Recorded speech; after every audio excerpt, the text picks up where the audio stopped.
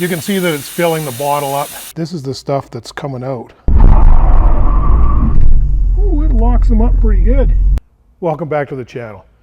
So today we're going to talk about one of the most neglected maintenance items that you'll find on older cars, and that is the brake fluid. Whether it's a garage find car like this one, or a car that you've been driving regularly, if you have not flushed the brake fluid in the last 10 years, it's probably time. Over time, the brake fluid attracts contaminants and it attracts water, and it becomes less effective than when it was new. That can translate into a spongy pedal feel and a longer stopping distance. So just for the price of a little bit of fluid, you can often improve the braking significantly in one of these cars. This car has been sitting around for years, and the brake fluid looks pretty bad. I've driven it just a little bit on the street, and the brakes work, but the pedal feels a little spongy, and I think the stopping distance probably leaves a little bit to be desired. So today I'm going to flush the fluid out of this car, do a complete replacement with brand new fluid, and we'll try and get a measurement of the stopping distance before and after to see how effective just a fluid change really is. You may have heard of bleeding the brakes. Bleeding the brakes is a process by which you try to get air out of the brakes back at the calipers. Typically, this only runs a little bit of fluid through the system, and it's designed to get air out. It can improve brakes that have got an air problem or that have a little contamination in the fluid right at the caliper. But when you got an old car that hasn't had a change out in the brake fluid, what you really need to do is a flush. So with a flush, the idea is to completely replace all of the brake fluid in the system. To actually flush all the fluid, you're going to have to budget for a fair bit. So that could be like 5 bottles of it if you're buying it in the 473 milliliter size. It seems like a lot, but you're going to need to use quite a bit of fluid to flush the entire system out. So don't be shy with it.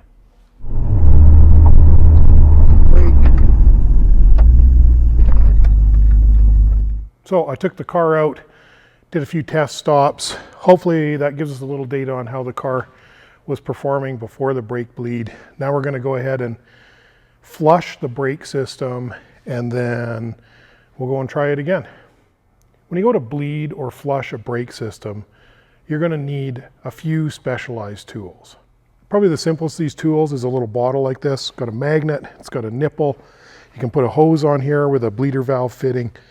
And if you're just doing a brake bleed and you've got 2 guys, this can be very helpful. You put that on there, you have a guy manage the fitting at the wheel, and you have a guy manage the brakes. And you can pump, hold, and flush the air out of the system with something like this. But if you're doing a full flush, this tool is not going to cut it for you. So an important tool to have is a pneumatic brake bleeder. This is a Princess Auto special. You can buy them anywhere. Basically, it's a little vacuum pump that you're going to press like this. It creates a vacuum on here. There's even a little gauge, and you're going to hook this up to a little container like that. Hook that up to the gauge, and then when you press the valve, it's going to create a vacuum at the other end, and it's going to suck that brake fluid down and trap it in this little container, which you can then just take off and dump. Now, this is a traditional one-man brake bleeder system. If you're trying to flush a car with one of these, it will take you forever. But even if you're doing a flush, you should still have a tool like this, and I'll show you why when we get started. A tool that I prefer for a flush is similar to the hand pump brake bleeder, but this is an air bleeder. So it's got an air compressor fitting. You hook your shop air up to here, it creates a vacuum. You hook this end up to your bleeder valve, and you can actually just hang the tool there, lock the trigger open like that, and it will sit there and continuously suck on that brake line. Now, this is a real useful tool when you're trying to do a full flush, because you are going to be drawing a lot of fluid through the system. Another tool that's very helpful to have is a brake fill bottle like this. So this is a bottle with a little valve on it. There'll be some thread-on fittings, and that will allow you to put that valve, that bottle, directly in the master cylinder reservoir, in the brake reservoir, and then as you pull fluid out of the system, it will automatically add it from this bottle. The reason you need that is because if you draw this reservoir down to zero, you can start sucking air into the brake system, and that's going to cause you all kinds of trouble. So a little bottle like this can make a big difference when you're bleeding brakes. Hard to watch everything all at once when you're just one guy, and this will stop you from getting air in the system. I actually got the air bleeder and the bleeder bottle as a set from Amazon for like 70 bucks or something like that. This is an inexpensive part, and if you're doing much of this kind of work and you have an air compressor, I highly recommend it. Now, when it comes to storing my special brake tools, I use a big Ziploc like this, put this stuff in here. Brake fluid will strip the paint off of stuff. It's hard on your hands. It's not good stuff to be spreading around. So if you use a big Ziploc like this, you can keep all your brake stuff together, keep it clean, and keep it from contaminating other things in your toolbox or in your shop. The other thing you're going to need is brake fluid. So cars like these Foxbodies use a DOT3 fluid. I don't know if you can still get it or not, but Prestone made this special DOT3 synthetic fluid for Ford, which can handle up to 500 Fahrenheit. So for an inexpensive parts store fluid, this is one of the higher temp fluids. Most DOT3 fluids are more like 450 or 425 Fahrenheit. So I know lots of guys who are running race cars, endurance cars, that kind of stuff, use this. It's inexpensive. Of course, they're regularly flushing their brake system, but this is an inexpensive fluid that handles reasonably high temperatures and works well.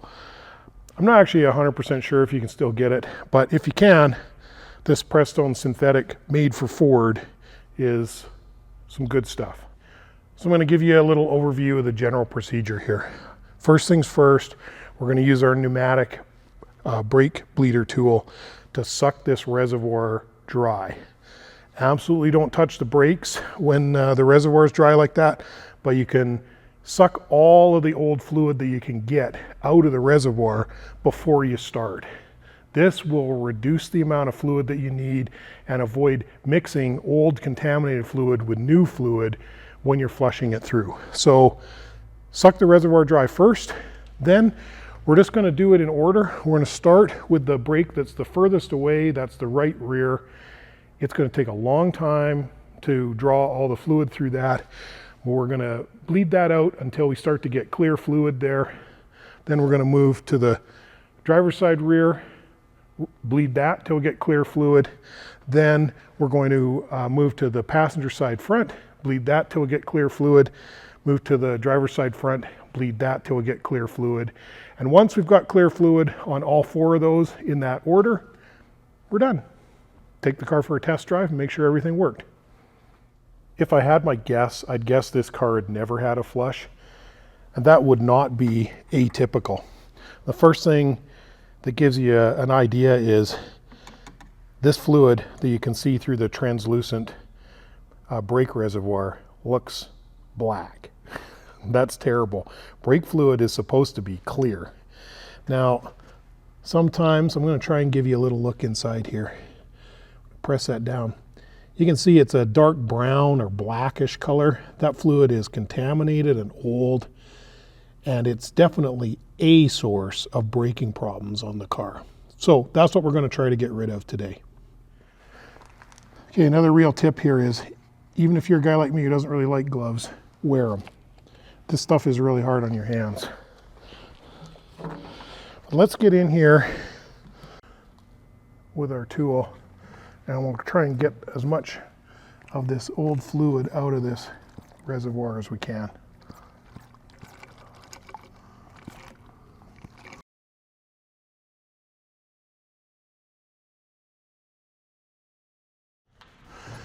These bleeder bottles usually come with several of these plastic reservoir stands.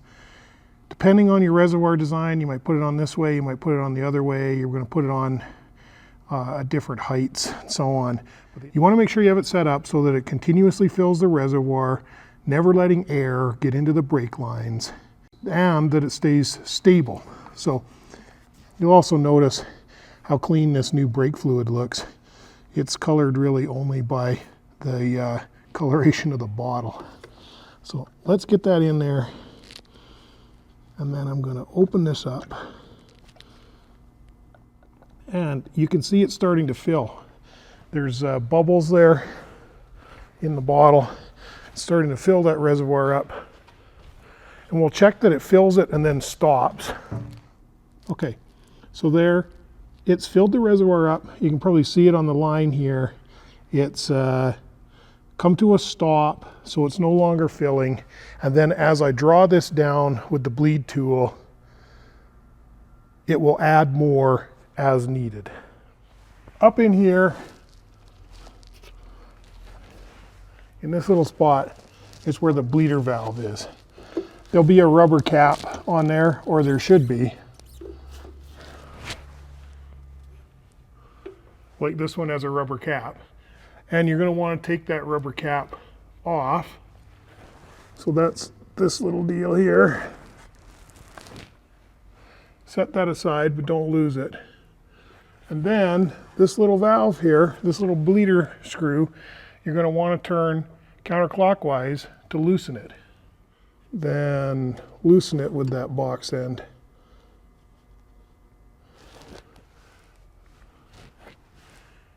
Then you're going to want to put your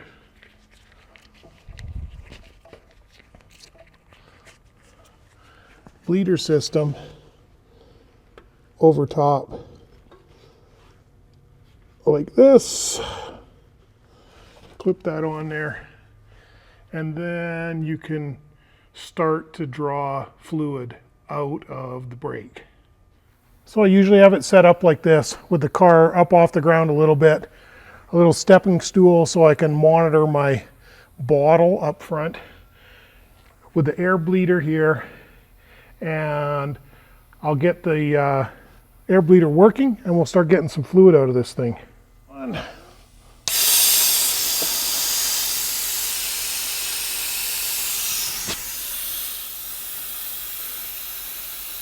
you're going to watch. You're actually going to see, when you get up close here, you're going to see fluid being sucked through this tube. And I don't know if you can see it on film there. You're going to see this fluid starting to fill up this jug here.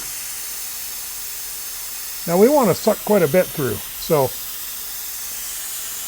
that looks pretty nasty, the stuff that's coming in there, as expected.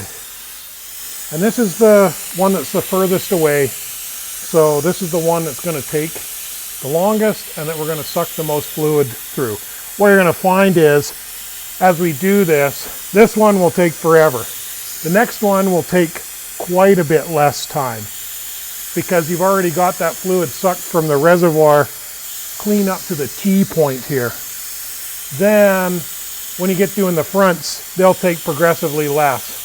And the final one will probably barely be any worse than a standard bleed. Now we had the refill bottle full. We can go and check that every so often.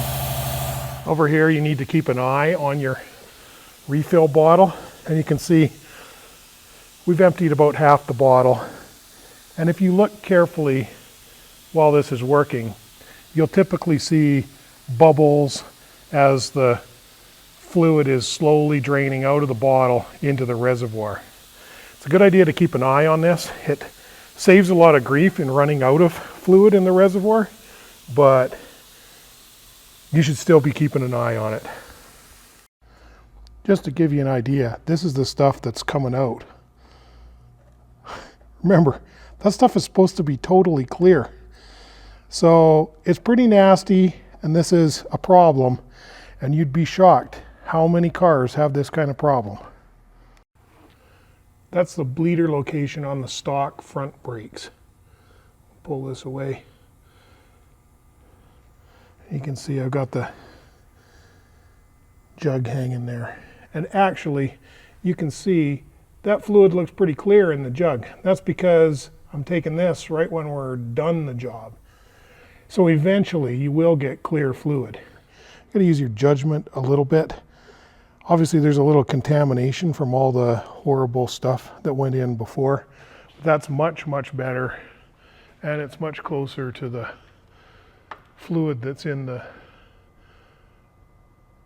fill bottle.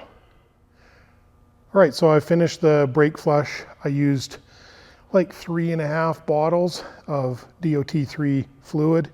Make sure you put all your rubber covers back on the bleeder valves. This car's missing 2 of them already, but if they're there, make sure you put them back, make sure everything's tight, and then you're ready to drive it. After a service like this, it's a good policy to assume that something went wrong and that the brakes aren't working. So don't just take it out on the road and hammer it and then expect the brakes to be fantastic. I'm going to try them a little bit in the shop here before I even drive out. And then I'm going to drive it out into the industrial park and try a little bit while I'm still really close to home and when there isn't a lot of traffic, just to be sure that everything's good before you get it on a public road. I wasn't very happy with my D-cell measurement technique, especially without ABS, but the brakes lock up way easier and feel quite a bit stronger. Hey, thanks for watching. Don't forget to like, subscribe, comment, hit that notification bell so that you won't miss out on future videos.